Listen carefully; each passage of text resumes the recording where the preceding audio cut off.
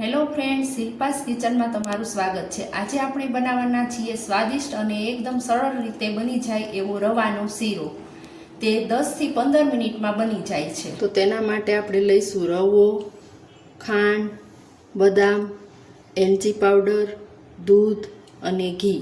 તો શીરો બનાવવા માટે આપણે એક કડાઈમાં ઘી એડ કરીશું।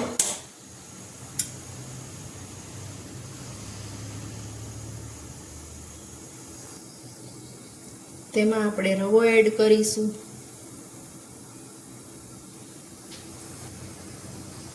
શીરો બનાવવા માટે આપણે ગેસની ફ્લેમ ધીમી રાખવાની છે। ધીમા તાપ ઉપર જ રવાને શેકવાનો છે।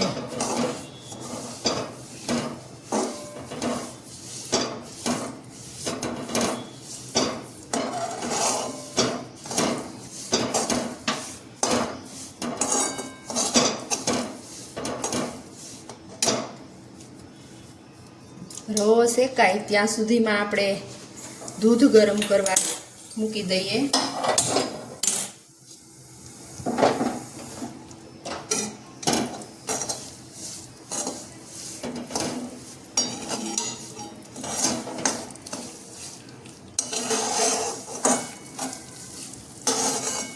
આ રવાનો શીરો આપણે સત્યનારાયણ ભગવાનના પ્રસાદમાં પણ ઉપયોગમાં લઈ શકાય છે।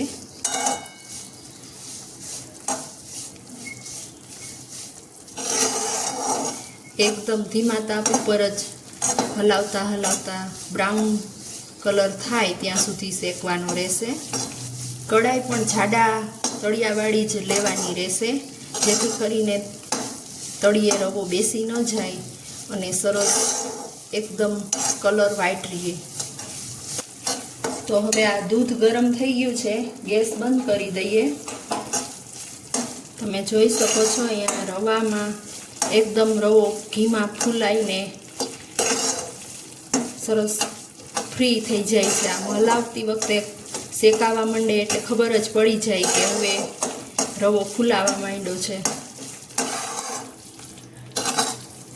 તો તમે જોઈ શકો છો રવો ગોલ્ડન બ્રાઉન થઈ ગયો છે અને ઘી પણ છૂટું પડવા માંડ્યું છે।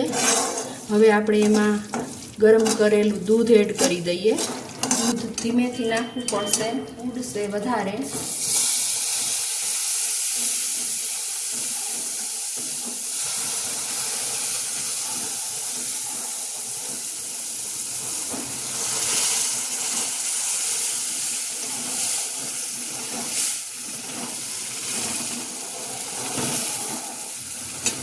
હવે તેમાં ખાંડ એડ કરીશું।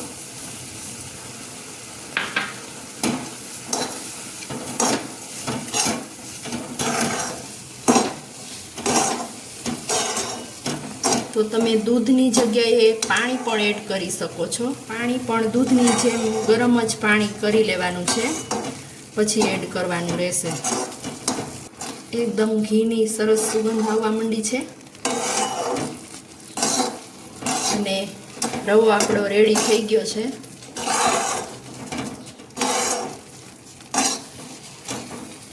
ખાંડ ઓગળી જાય ત્યાં સુધીમાં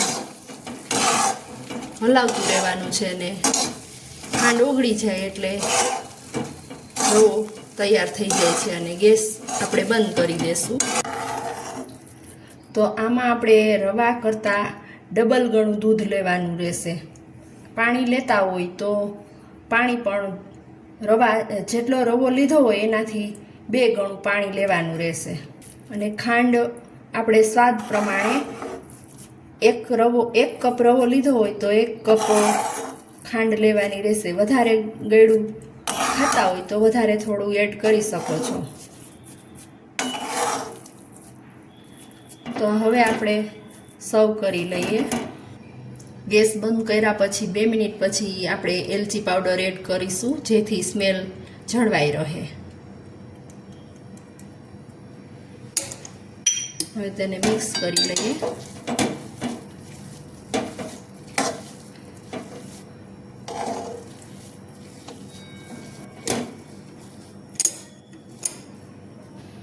તો આપણે સર્વિંગ બાઉલમાં સર્વ કરી લઈએ।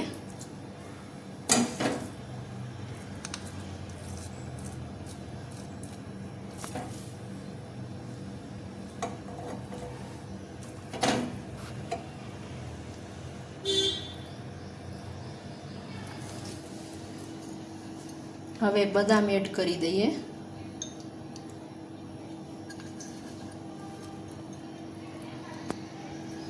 તો તૈયાર થઈ ગયો છે આપણો રવાનો શીરો.